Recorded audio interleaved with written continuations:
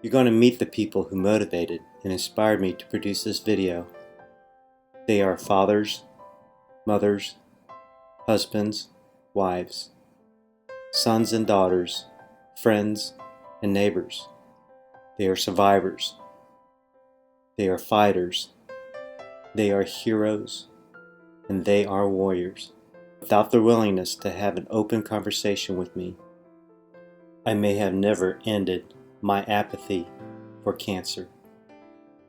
In April 26th of 2006, I was diagnosed with hairy cell leukemia. I had 3 different cancers. I had bladder cancer, kidney cancer, and brain cancer. I had lumpectomies in my 20s and 30s, which were all benign. And then it was Labor Day in 2012 that I found another lump. And I knew the lump didn't feel like any other lump I had ever felt before. I was diagnosed with breast cancer from a routine mammogram that we all do here in the United States. What they had done was they had run me through several tests, and they had said, okay, this cancer that you have, it's non-Hodgkin's lymphoma, you're at stage 4. And the doctor looked at my scans, my oncologist, who was assigned to me at the hospital, and said it looked like a crime scene because my body was just ravaged by the cancer. It was unexpected.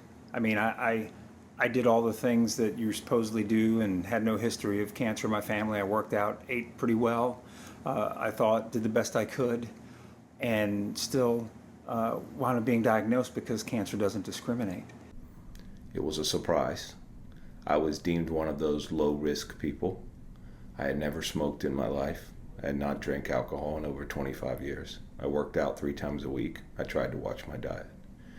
But the misbelief is that you can eliminate your odds. You can't. You can only reduce them. It really did change the trajectory of my life because I also found out I carry one of the breast cancer gene mutations. With a genetic mutation, you just never know what's in the future. Even though I'm a survivor of 3 years, it's in your mind all the time.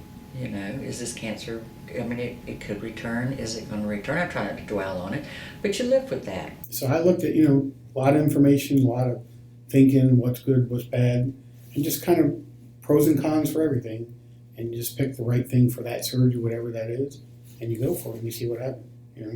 And like I said, I've been very lucky so far to have 3 of them and still survive all 3 of them.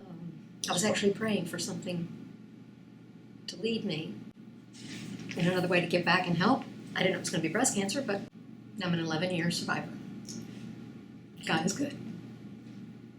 When I got the diagnosis, it was on Friday afternoon, and I spent the weekend just mad, right? Why me? I'm a good person. Why did this have to happen to me?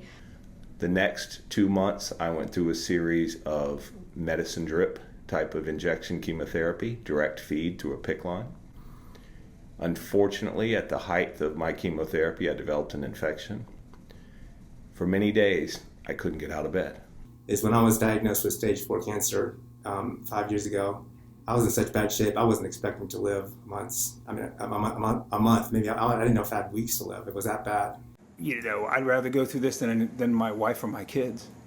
I wouldn't. I think I can handle this a lot better than maybe they could, and I'm hopefully, I've been some sort of an inspiration for them, in whatever they deal with in their life going forward. I went to church that Sunday, and they played a song, Trading My Sorrows, and it just felt like it had been lifted from my shoulders at that point. Went through the treatments, and I was very positive, kept on exercising all through it, and afterwards, it really puts things in perspective. And the only thing that inspired me during that period goes back to something my mother used to teach me, and that was there are always others worse off. And for a few days, I laid there in the bed, not able to walk across the bedroom because I had no immune system, no oxygen. But I began to see the kids in the cancer ward. And I began to see the kids with no hair. And I began to question, why was I complaining?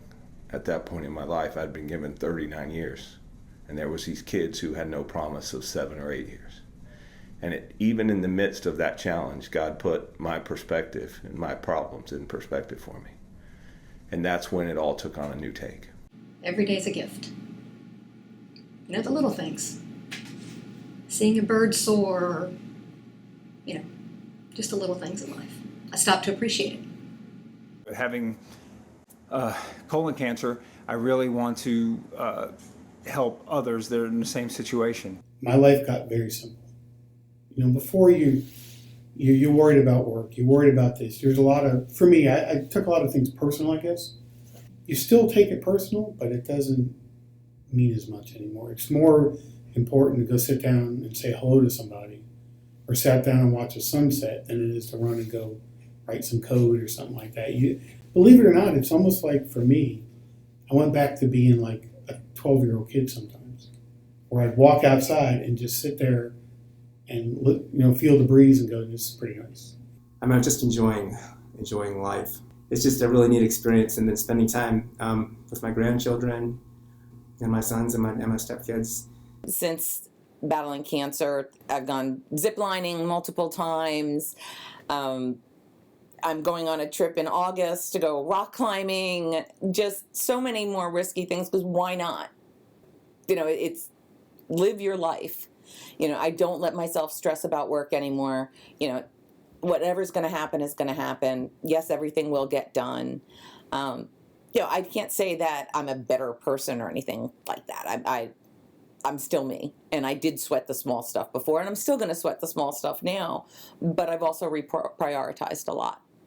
And I look at every day as a gift since then. I feel like I'm living on borrowed time, really, and I'm just enjoying it as much as I can.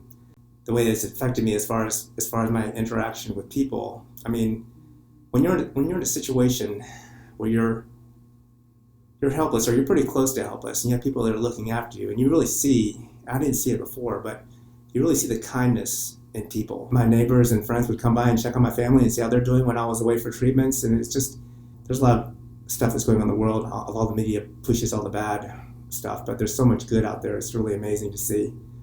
My church community filled just strangers I didn't even know, had never met, were delivering meals to our house, every other day. It's beautiful. It's beautiful. I'd be lying on the couch not wanting to do anything, and my friend's son-in-law would show up to mow my lawn. And then he'd leave. He wouldn't even ring the doorbell. He would just come, do it, and leave. My neighbor would bring me, I loved her to death, she brought me banana pudding. All I wanted was comfort foods. People that don't have cancer, but have a family member who have cancer, can be such a resource and such a support just by a phone call, a card. So many people, they don't want to ask questions, or they're afraid to talk about it. When someone who has cancer, we want to talk about it. We need to talk about it because it helps us to get everything out to where we can see more clearly. So, because if you hold things in, then of course you're going to imagine the worst, and it becomes overwhelming. So some of the best support I had was just someone sitting and listening. One of the nicest thing people ever did for me, I had a double mastectomy. I couldn't lift my hands above my shoulders, was they bought me a coupon to go and have my hair washed at the local hairdresser. So, but don't avoid the topic either. People with cancer, they're not going to be reminded they have cancer because you bring up the topic. Don't be afraid to ask them, what it is that's going on, and they'll share as much as they feel like. And for many people, sharing and talking is therapeutic to them. What I would say to those that want to help is just be there and listen and pray for people who have cancer. I think the other thing that I would ask people who get diagnosed with cancer and people around them to support is, number one, this is most important for me, don't treat them different. Never treat them different. Don't pity them, don't baby them, don't take away work from them, don't fail to challenge them. Don't treat them different. If you want to pray for them, please do. That will help. If you want to give them words of encouragement when they're fighting, please do. That will help. But don't treat them different. I think what people should always do is just keep reaching out. Just a touch here and there, texting, and just do what you did before you knew they had cancer. They're still that same person, and they still want to feel as normal as possible. If you can be there for that person, sometimes it's just to listen. Sometimes it's to give advice. But just being there means the world to someone with cancer. They may not always be cheery, and just remember, they can't be up every day because they're going through a hell of a battle. I mean, if you know somebody and you're close to somebody who is actually going through it, praying for them, just being with them. You can go to treatments with them if they are open to that. Cooking meals is obviously nice also because when you're going through the radiation or the chemo, you're exhausted and you really don't even feel like getting off the couch sometimes. That's huge. That's another way people can help, right? Is to just be with someone while they're sitting there for 6-8 hours. You know, having chemo infused, it takes a long time. And there's not a lot you can do. So it's wonderful to have a friend in the room.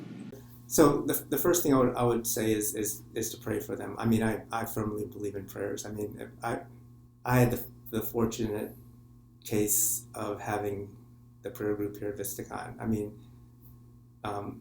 that in itself was a huge benefit, and just knowing that people were praying for me, I think, was really key. And I've had experiences where I've felt a presence in my recovery, and I'm thankful for that. Be the person you need to be to them, help them, pray for them, talk to them, be a friend. Find a way to contribute if you'd have that desire. Donate, run a race, walk a walk, buy a t-shirt, whatever it takes. If you feel that helps you and helps the cause, then please do that.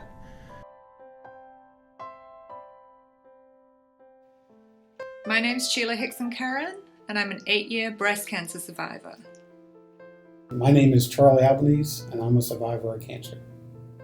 My name is Melissa Oswald, and I am a survivor. I am Cheryl Hayes, and I am a survivor. My name is Chris Wong, and I'm a survivor. My name is Eileen, and I am a survivor. Yes. Hi, I'm Margaret Ann, and I am a cancer warrior. I don't like the term survivor because we're all surviving, but you need to be a warrior. My name is Paul Santiago, and my message to you is never quit, believe in yourself, and you too can be a survivor. My name is Ronnie Hawthorne, and I'm a cancer fighter. I say I'm a fighter because it never goes away. Once you've been diagnosed, you never lose it. It never leaves you, and it will always impact your life. But the key is to never stop fighting. Don't stop fighting if you're diagnosed. Don't stop fighting if a family member gets diagnosed. Don't ever stop fighting. You only get one shot, and for some reason, you or a family member in God's master plan were allowed to have cancer, but you go down with the fight. You fight every day for the rest of your life, to enjoy your life, to live your life, and to help others enjoy and live their life. That's why you fight it. I don't particularly use the term survivor for me, because I don't believe it's a one-time experience with which I barely hung on. It's a multiple-time experience in my life. I will have it for the rest of my life, but I refuse to just barely hang on. I will fight every day for the rest of my life.